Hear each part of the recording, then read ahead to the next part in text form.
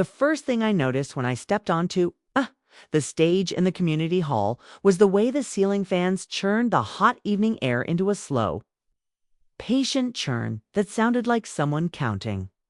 The long tables down on the parquet floor were lined with water jugs, sweating onto cheap white cloth. And my Aunt Farida, immaculate as always, in a slate blue sari, held the microphone with a grip that already told me this wasn't going to be a memorial gathering at all. She was about to prosecute me before an audience of relatives, neighbors, and a handful of my grandfather's old colleagues, who still wore wristwatches and said things like good breeding without irony.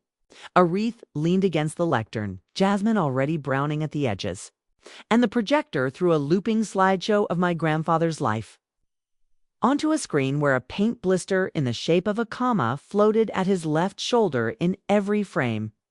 Before we begin, Aunt Farida said, calm and crisp, I need to address the matter of decorum. Invitations are a sign of love and order. They must be respected. She looked at me the way surgeons look at an X-ray evaluating, not angry. I will not have the sanctity of my father's farewell compromised by freelancing. I was standing 3 meters away, in the wings, holding the manila envelope I had promised myself I wouldn't open yet. The hall smelled of disinfectant and cardamom from the tea urns. And at the back, under the exit sign that glowed a dull emergency green, a little boy tapped a plastic spoon on a chair leg like a metronome for my heart. I had already been seated on the 3rd row with my cousin Hamza's boys when the usher came and asked me to step aside.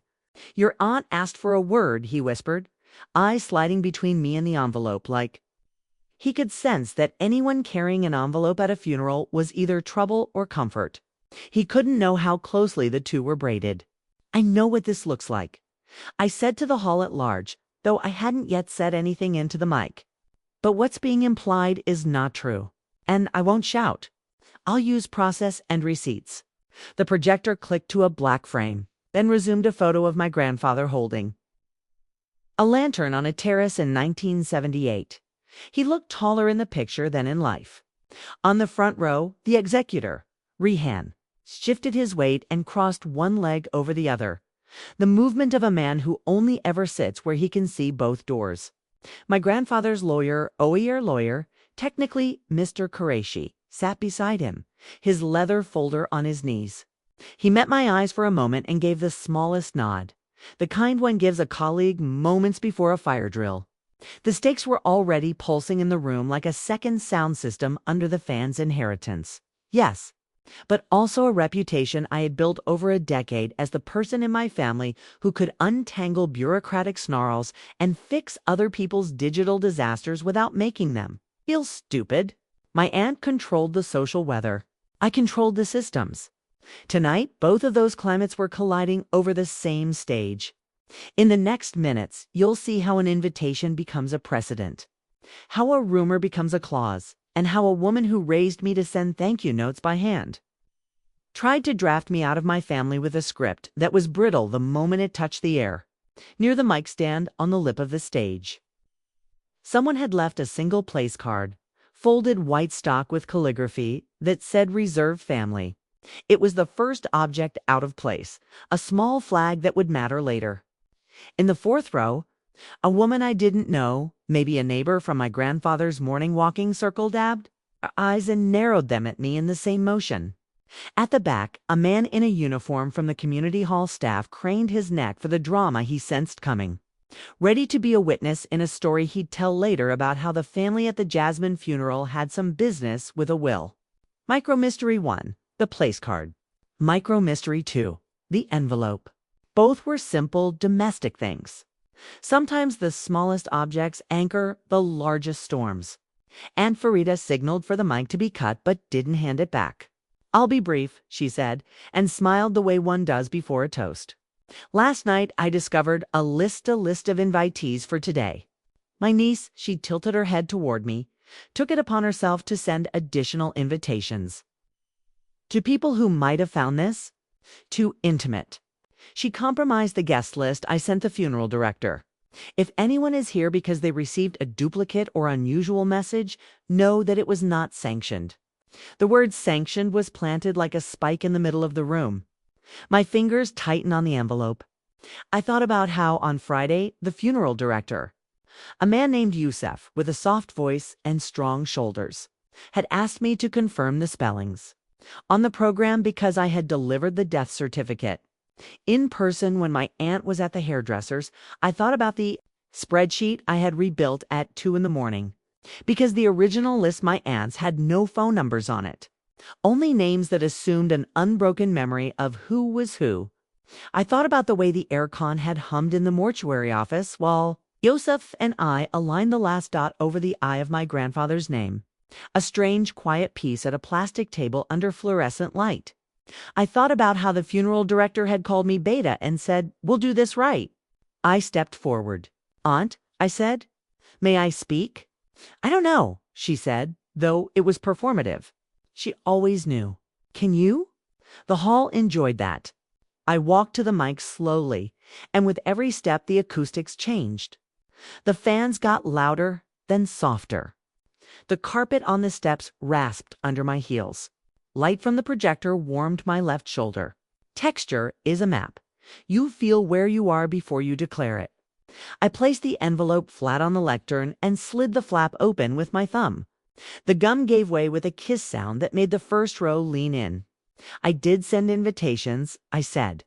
No gasps yet. The gasp economy is careful in our community. I sent copies of the invitation in the exact template you provided.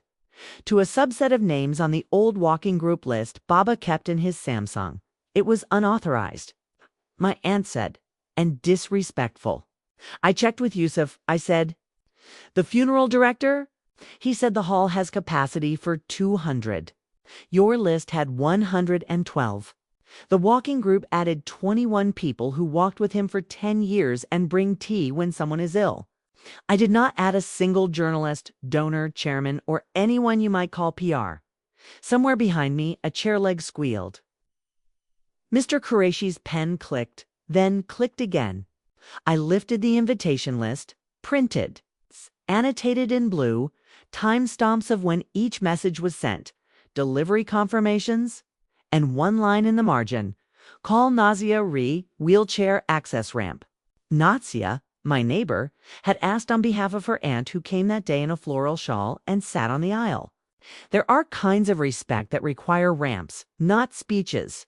"I know the language you're about to use," I said, calm, letting the fans do their counting. "So let me save time." No one was invited who did not have a real human claim to say goodbye. If I did wrong, I'll accept the consequences. I tapped the envelope. But we also need to talk about the other list, the one operational people call the controlling document. Mr. Qureshi straightened. The projector threw an image of my grandfather holding a newborn, me wrapped in a green blanket, somewhere near the catering tables. The smell of fried samosas climbed into the cold air and met the sharpness of disinfectant in the space between. "Make this quick," Aunt said, and smiled for decorum. I would, because this wasn't a trial, not here. It was a prologue to one.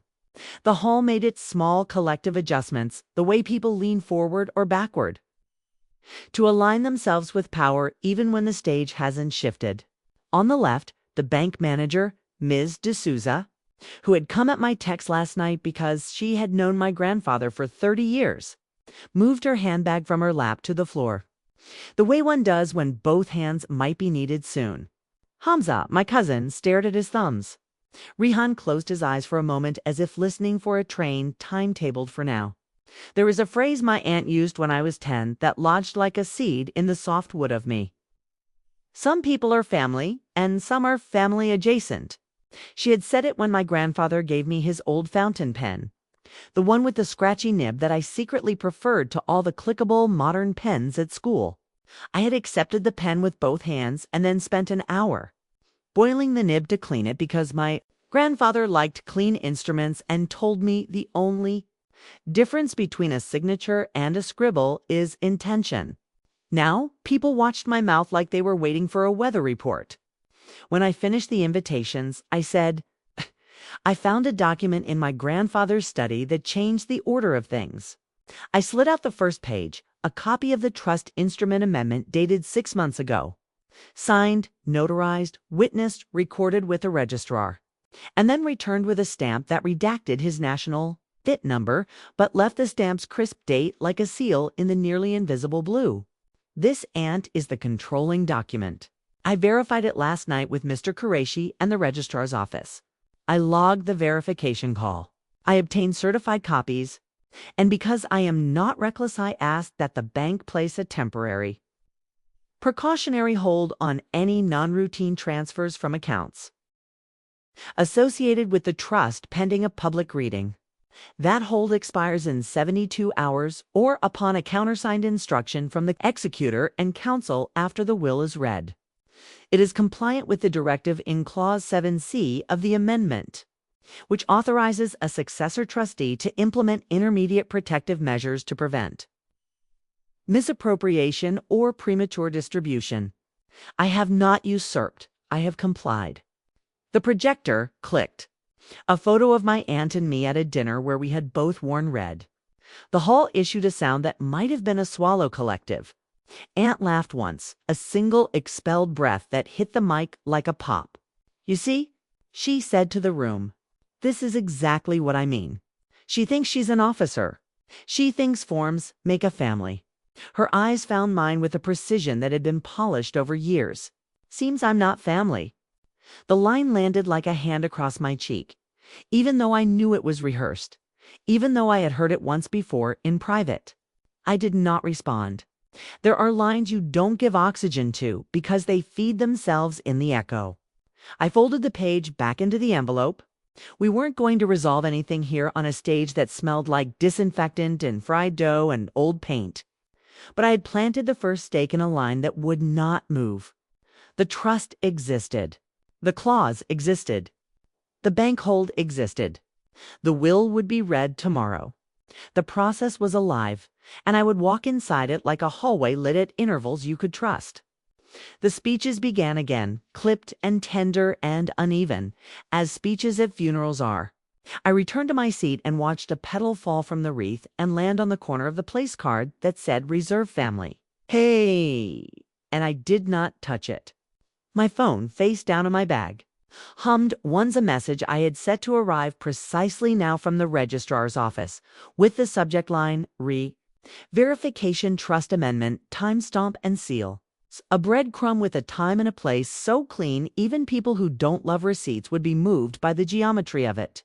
I let it hum and stay silent. Air moved. Tea cooled. My grandfather's voice would not return, but his decisions had not evaporated. After the last prayer, after the last paper cup had been collected, people came to clasp my hand the way people do when they want to be near an accelerant but not ignite. A neighbor told me the samosas had been over-fried. Hamza said without looking at me. She shouldn't have done that on the mic. Rehan, executor posture intact, said tomorrow at 11. Mr. Qureshi said, "I have copies of everything. We'll proceed."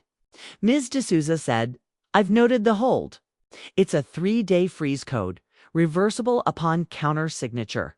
If anyone tries anything clever, the system will log it." Nazia said nothing but pressed into my palm a small bottle of rosewater to wipe my eyes with later, because she knows I always forget to drink water at events that require stamina. The air outside the hall was warmer and smelled of rain that had not yet fallen. Street lights turned the dust into gold. I felt the weight of the envelope shift against my ribs as I tucked it under my arm like a book I intended to finish. The next morning at Mr. Qureshi's office off Sharif Fazell, the air conditioning was set a few degrees too cold. The way the very competent like to emphasize competence by making you aware of the temperature. His receptionist had a stack of mint leaves in a glass, and the mint smell sharpened the coffee. The blinds were half drawn. Rehan was on time, a man who understood what being on time said about how you moved in the world. My aunt was 20 minutes late, a different kind of punctuation. She entered with the kind of smile you wear for chauffeurs and door-opening men, then let it slip the moment she sat. She placed her bag on the table with a precise thud, a tell I catalogued. It would become relevant and said, "Let's get this over with." "Let's proceed," Mr. Qureshi said. He was not fond of the word over. He liked words you could record on a minute sheet without an editorial. I will read the will and the recent trust amendment. Copies will be provided. Please note that this is a reading only. No distributions will be made today. If anyone needs to lodge an objection or request clarification, they will do so in writing within 7 days. He adjusted his glasses, flipped a page, and began. My fingertips rested on the table's edge, touching the wood lightly, the way one confirms that the table is not slanted. The will was what we expected. Specific bequests, a few modest gifts to old friends. The apartment to be held in trust until the younger grandchildren reach 25. The workshop with its drill press and jars of screws to Hamza, because he is the only one who keeps the screws in their own jars. My grandfather's humor always rode on the backs of his sentences like a second rider. Then we reached the amendment. Clause 2D, appointment of a successor trustee in the event of incapacity of the primary trustee. Clause 5B, requirement that any sale of the apartment be enjoined without unanimous consent of named beneficiaries. Clause 7C, authorization of protective measures, including temporary freezes. Clause 10, a scholarship fund in my grandmother's name administered at his old engineering college. Clause 12, instructions for a small annuity for the caretaker at the cemetery because soil requires hands. Clause 14, a letter of wishes attached. This was new addressed to my granddaughter who fixes my phone. And my daughter who knows the smell of jasmine in the morning, a letter we were asked not to read aloud. When the reading concluded, my aunt cleared her throat. I would like to see the amendment, she said. Though she had just been handed a copy, though she knew I had seen it. Though she knew we had verification logs and timestamps from the registrar. She was performing for a future audience the role of woman who was denied. You have a copy, Mr. Qureshi said gently. Please note the notary seal here, Mr. Gomez's stamp. The registrar certification is on page 3. The timestamps of recording are in the margin. The letter of wishes is attached, sealed. We can open it now if you both agree, or we can file it with the other papers. Open it, my aunt said immediately, because patience was an insult she rarely suffered. The envelope made that kiss sound again, and I hated that it was so lovely. Mr. Qureshi unfolded a single page and read in a quiet voice. That had not been used yet in this room. A voice shaped for kitchens and bedside chairs. The letter was beautiful in a spare way 2 sentences for each of us, and 1 line for himself. To my aunt he wrote, You have always known which flowers are for which room. That is a gift. Please use it to make rooms for those who never had their names on the list. To me he wrote, Do not confuse discretion for invisibility. Use your receipts, and go outside more. It ended with a line for both of us. Sato voce. Family is not an invitation. It is a record kept in changing hands. When he finished, the air changed temperature by 2 degrees. No one spoke. The mint in the glass drifted slowly like a small green fish. Now, my aunt said when her voice returned to its working register, about the protective measures. Her gaze flicked to Rehan, who had been doing executor math in his head all morning. There is no misappropriation. There is no need. She pointed to Clause 7C like she was scolding a lawn. This was meant for emergencies. Protective measures are not accusations, I said evenly. They are procedures. They expire automatically in 72 hours. If there are no irregular transfers or instructions, nothing is impeded. I asked Ms. D'Souza to log any attempted withdrawals over the threshold defined in the last 3 months. Average disbursements. That is compliance, not theater. She laughed then, not a single breath, but a soft cascade that would have been charming in any other context. Hear her. She said to the room. The vocabulary. The shows she puts on. She adjusted the strap of her handbag, a bag I recognized because I had given her the same model 2 EIDs ago. She set it down again with that same controlled thud. Something about the way it landed snagged in my brain, a small off note. I followed it. What was inside? Too heavy for a phone and wallet. A binder. Another envelope. I saw it when she opened the bag to take out a handkerchief. A leather-bound checkbook with the bank's logo in silver. The checkbook's elastic band was frayed, and the topmost leaf had an indentation as if someone had pressed hard but had not written. Why would she bring a checkbook to a will reading? Why would anyone, unless they expected to write or tear out something soon after? A note lodged beside that observation. Last night's text from the charity board. Treasurer, about the pledged donation in my grandfather's name. The one that had not yet been transferred because they were waiting for the new fiscal year. If someone wanted to redirect that pledge, a check written today would be timely. My mind, trained on audit trails and reversal windows, drew a map with that note and the checkbook at two corners. Rihan, I said, without turning my head, because when a room is fragile, you don't move too fast. Do we have the letter of intent my grandfather signed with the charity board 2 months ago? Yes, he said, already pulling out his phone. The scanned copy. The original is with the board. May we see it? Mr. Qureshi asked. Rihan handed over the phone like a relay baton. Mr. Qureshi scrolled, then rotated the screen so we all saw the clause I remembered. That the pledge was contingent on the sale of the surplus machinery from the workshop, not on any direct withdrawal from the trust corpus, and that disbursement must be recorded by the charity board's treasurer and be acknowledged by our trustee via email from the official address created for that purpose. The off note in my head went from a faint bell to a hand on my shoulder, guiding me towards a door. I see your concern, Mr. Qureshi said, which is how lawyers say I think I'm looking at the outline of something. He tapped the clause. It seems prudent to confirm that no parallel instruction has been made. I'll check the bank logs, I said, standing. Ms. D'Souza's branch is 6 minutes away. I'll be right back. My aunt made a motion like I'd just declared I was going to moonlight as a taxi driver. You will do no such thing, she said, and then caught herself, remembering she preferred a certain tone in public. I mean, it's unnecessary. Confirming is not accusing, I said. It's control. The bank was as cold as the office, but smelled of lemon cleaner and the faint metallic temps of coins. The queue moved quickly. Everyone in this city knows that banks feel like a choreographed dance until someone misses a step. Ms. D'Souza was expecting me. She led me into the glass-sided room where small crises are contained, handed me a printout with the calm intimacy of an old friend passing a recipe, and traced her finger down a list until it paused at a number that matched the one elbowing my worry. 2 withdrawals from the trust's linked account at 9:30 this morning, both flagged as charitable. Disbursement both just under the threshold that triggers an automatic dual authorization requirement. Both stamped with a check number that matched the indentation I'd seen on the top leaf in my aunt's checkbook. We have not processed them yet, she said, voice low but unhurried, because of the freeze code you filed last night. They are sitting in a queue marked pending verification.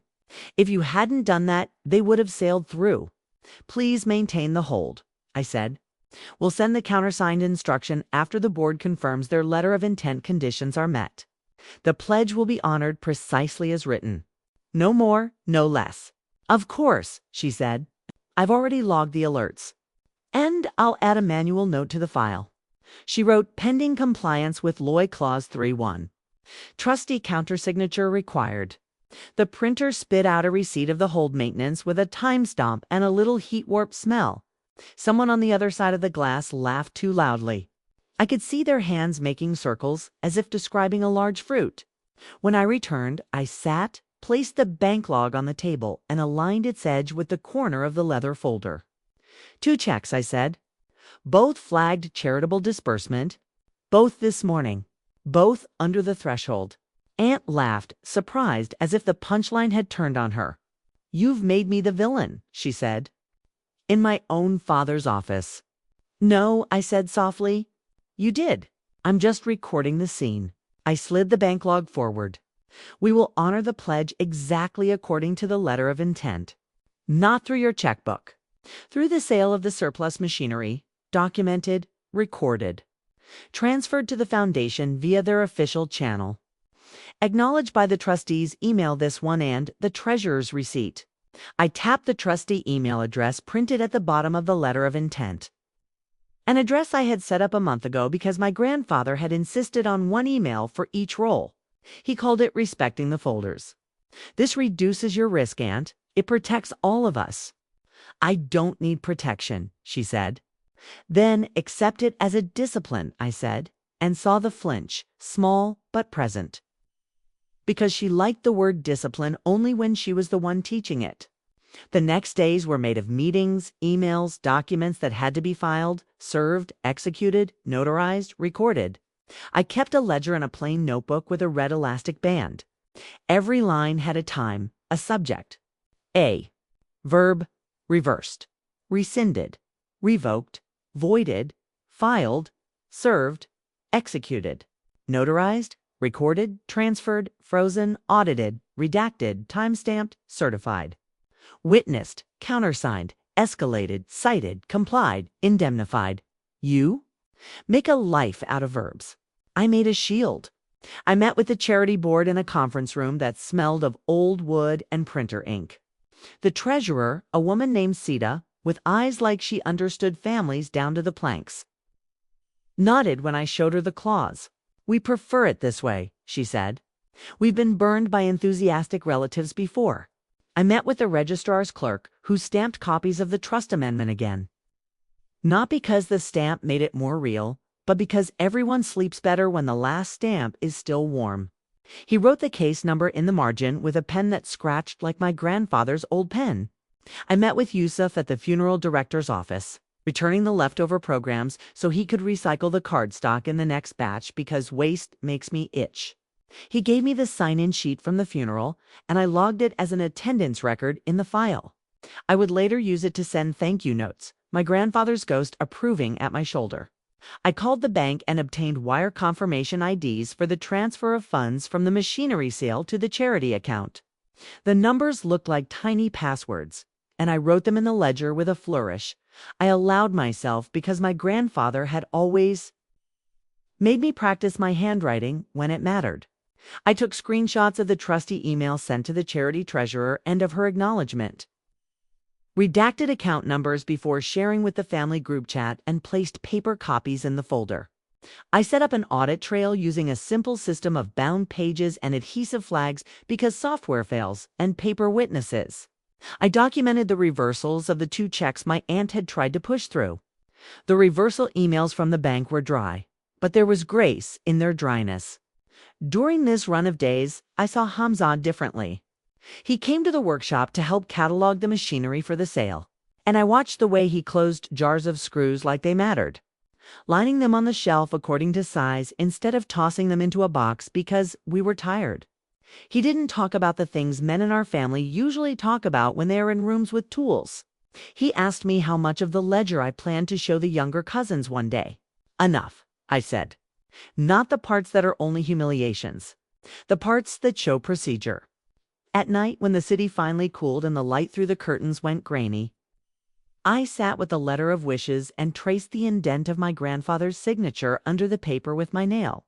My neighbor Nasia came by once, left lentils and rice on my table with a note that said, "Eat before you file."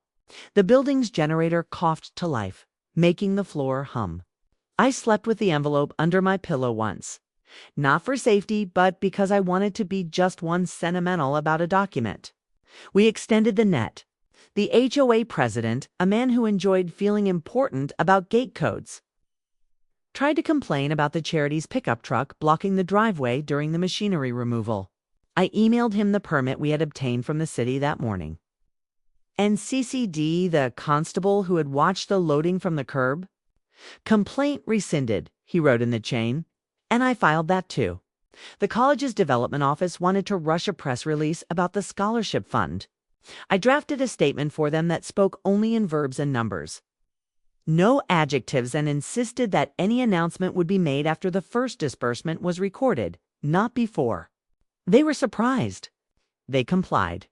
Hamza found a box of old receipts in the back of a cupboard, the paper gone thin as onion skin, and we sat cross-legged on the workshop floor sorting them by year. The smell of machine oil and dust-clearing rooms in my head I didn't know were cluttered. We found the original partnership deed from the tiny repair shop my grandfather had started with his friend Fayaz in 1972.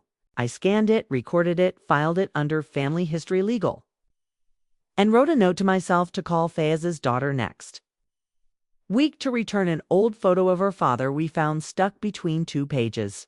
There were slip-ups, and they mattered. My aunt's driver delivered a sealed envelope to the charity office without a cover letter, containing a personal check with a memo line that read, "For Baba's Fund." The treasurer called me. We arranged a polite return with a pre-written note citing the letter of intent and the trust clause. And the check was returned to the driver with a receipt that said unaccepted procedure conflict.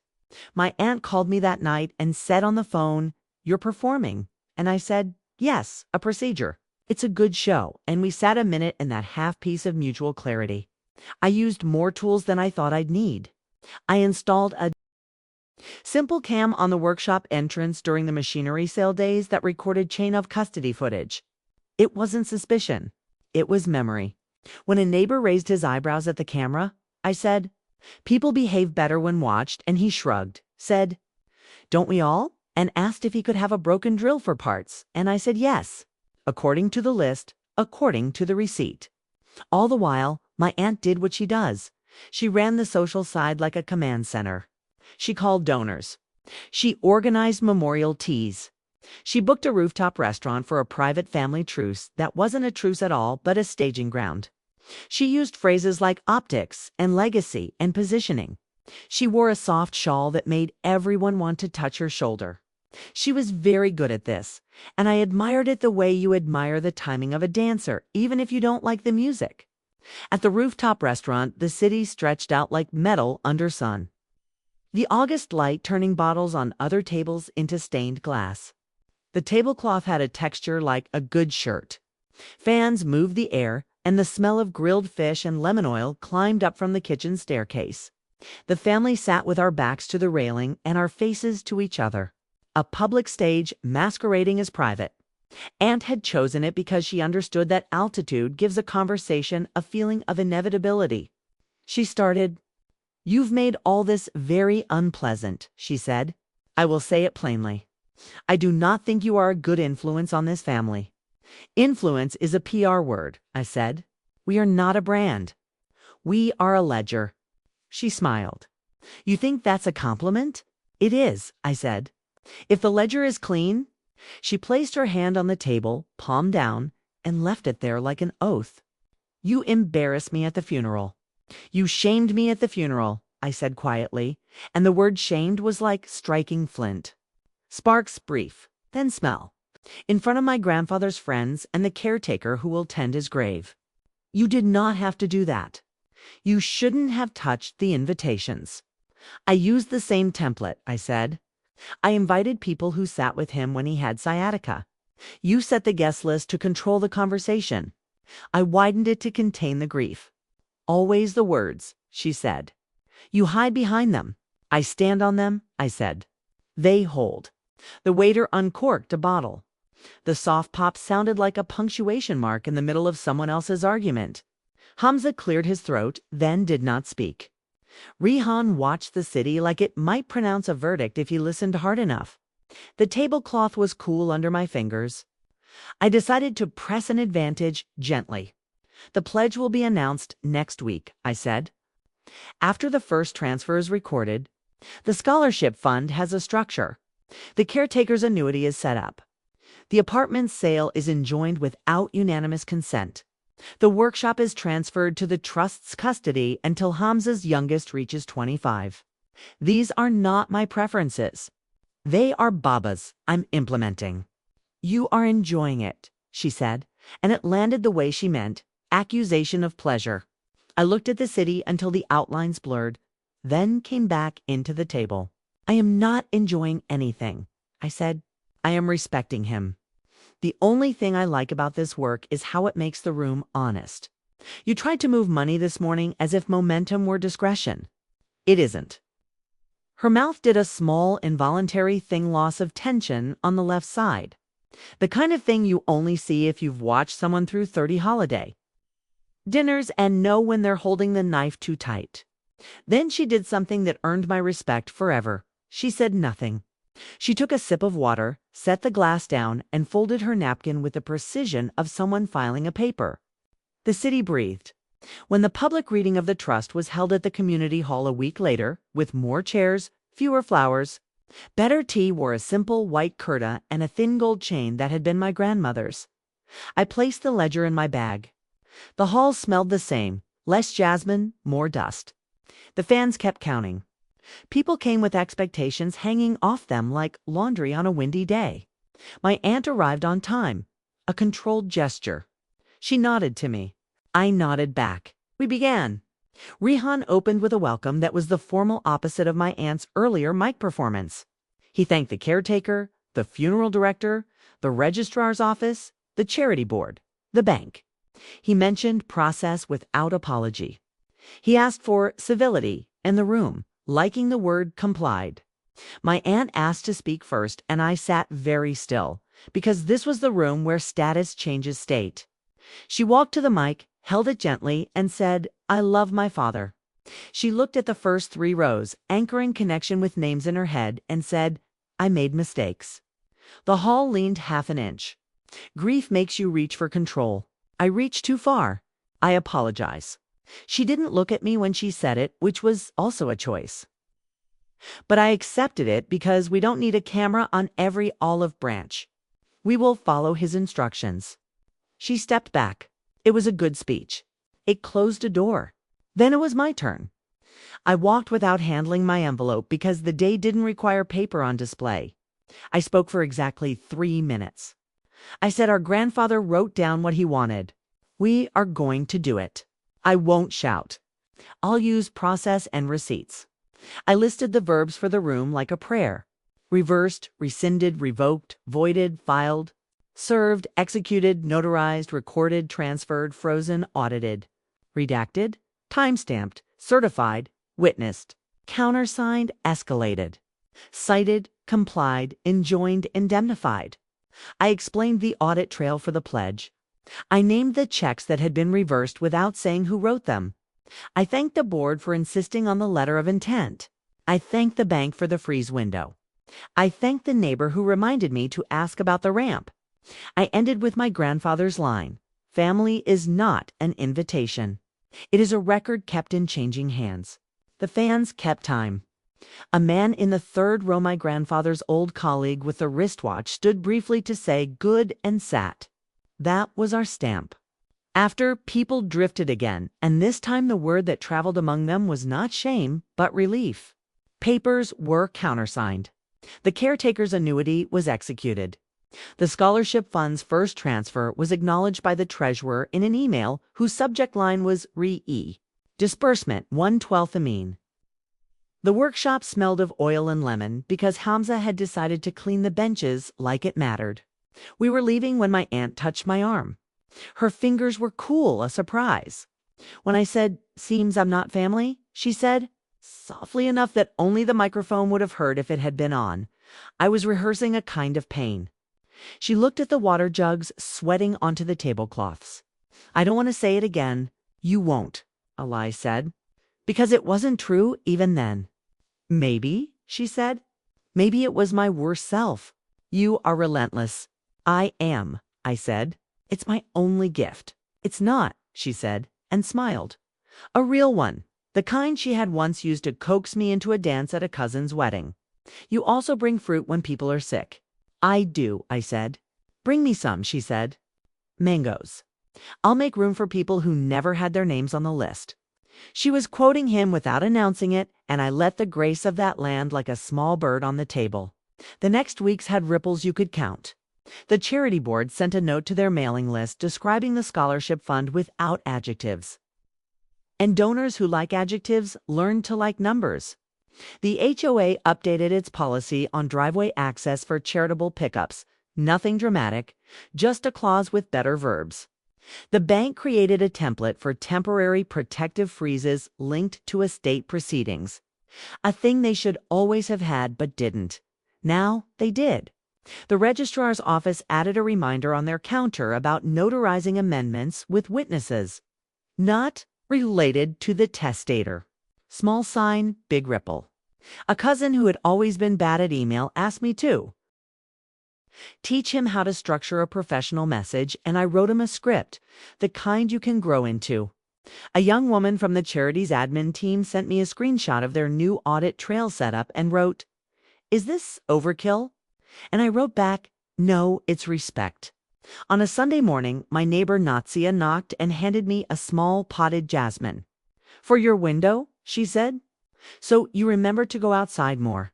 I placed it on the sill and opened the glass.